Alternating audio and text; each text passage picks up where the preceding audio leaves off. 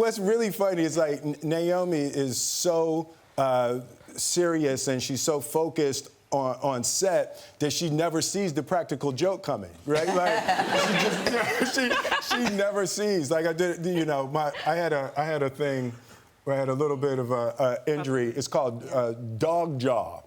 I don't know. Have you ever? I don't think I have. Here, feel it.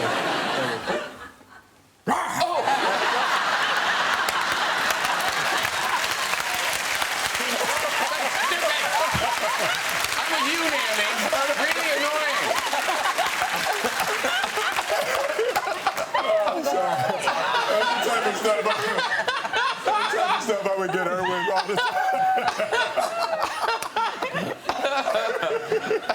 Really. No, the other thing though, you weren't always trying because what was the other thing he used to tease you about on set?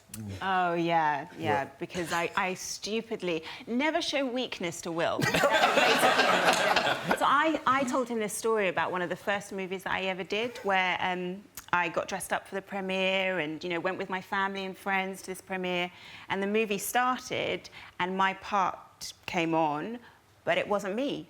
I had been replaced by another actress. See, now the audience has sympathised. Will, on the other hand... I was crying. I thought that was the funniest crap I had.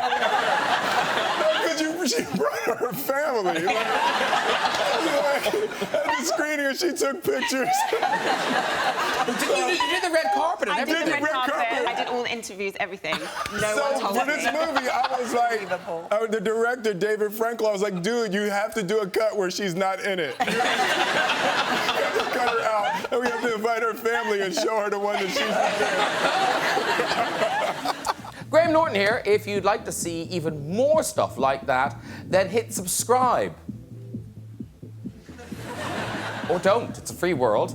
But I know what I'd do in that situation.